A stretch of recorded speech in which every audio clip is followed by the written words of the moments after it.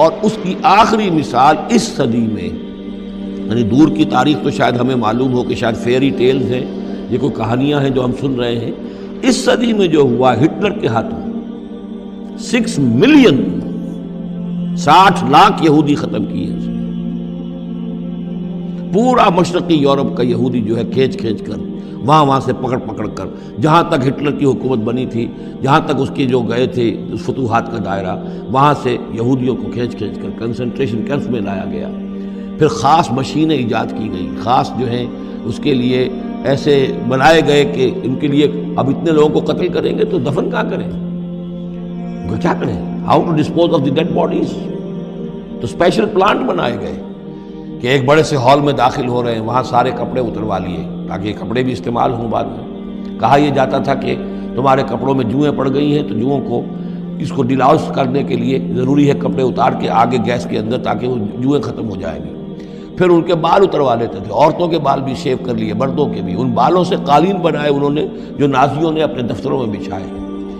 Human hair کے قالین۔ پھر ان کو لے جا کر ایک گیس چیمبر کے اندر کے سب مر گئے۔ پھر اب وہ بڑے بڑے پٹے جیسے چلتے ہیں مشینیں، بڑے بڑی فیکٹریز کے اندر وہ پٹوں کے اوپر لاشیں چل رہی ہیں۔ پھر ان کا چورا ہو رہا ہے، جیسے کہ کہیں جو ہے وہ گھاس کاٹا جا رہا ہو یا کوئی اور چارہ جو ہے وہ کترا جا رہا ہو۔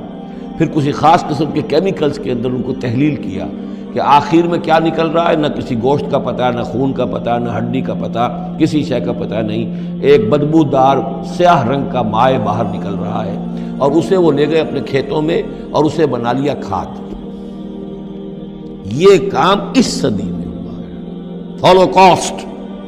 اس میں زیادہ سے زیادہ یہ کہتے ہیں کہ یہ کوئی مبالغہ ہے 60 لاکھ کا، 40 لاکھ، تو 40 لاکھ بھی تو کم نہیں ہوتے، 40 لاکھ افراد کا اس طرح ختم ہو جاتا۔ استأذن ربک لیبعثن علیہم الی یوم القیامہ، ان کا آخری وقت اب آنے والا ہے، وہ زیادہ دور نہیں ہے، لیکن اس سے پہلے جیسے شمع بجھنے سے پہلے بھڑکتی ہے، لہذا وہ ایک بھڑک ہے اس کی کہ جو یہودیوں کی ہے، اسرائیل ہے، ان کی طاقت ہے، ان کی قوت ہے، عربوں پر وہ چھائے ہوئے ہیں۔ اور واقعہ یہ ہے کہ مسلمان جس عذاب کے مستحق ہو چکے ہیں، اور ان میں سے عرب چونکہ ہمارے ہاں اونچے درجے کے، اس اعتبار سے امت کے اندر ان کا مقام اونچا درجے کا ہے کہ حضور عرب تھے، انہی کی زبان میں اللہ کی کتاب ہے، اور ان کی جو اللہ تعالیٰ کے دین کی طرف سے جو انہوں نے پیٹھ پھیری ہے،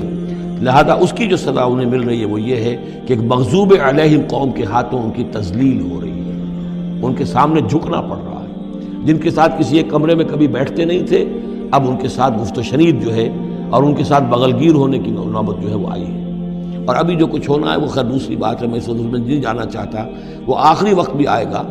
پھر جو ہے حضرت مسیح علیہ السلام بھی نازل ہوں گے، اور وہی چونکہ ان کی طرف رسول تھے، رسول اللہ بنی اسرائیل، تو آخری وہ عذاب ہلاکت کہ جو باقی 6 قوموں کا تو آ چکا۔ حضرت نوح علیہ السلام، حضرت نوح کے سامنے بیٹا جو ہے وہ غرق ہوا کہ نہیں ہوا، حضرت ہود، حضرت صالح، ان سب کے سامنے جو ہے ان کی قومیں ہلاک ہوئیں۔ تو اب حضرت مسیح کو اٹھا لیا گیا تھا، وہی آئیں گے اور انہی کے ہاتھوں یہ اپنے کیفر کردار کو پہنچیں گے اور ان کا ایک ایک بچہ ختم ہوگا۔ لیکن اس سے پہلے ان کے ہاتھوں مسلمانوں پر اللہ کے عذاب کے بڑے کوڑے برسیں گے۔ To add insult to injury,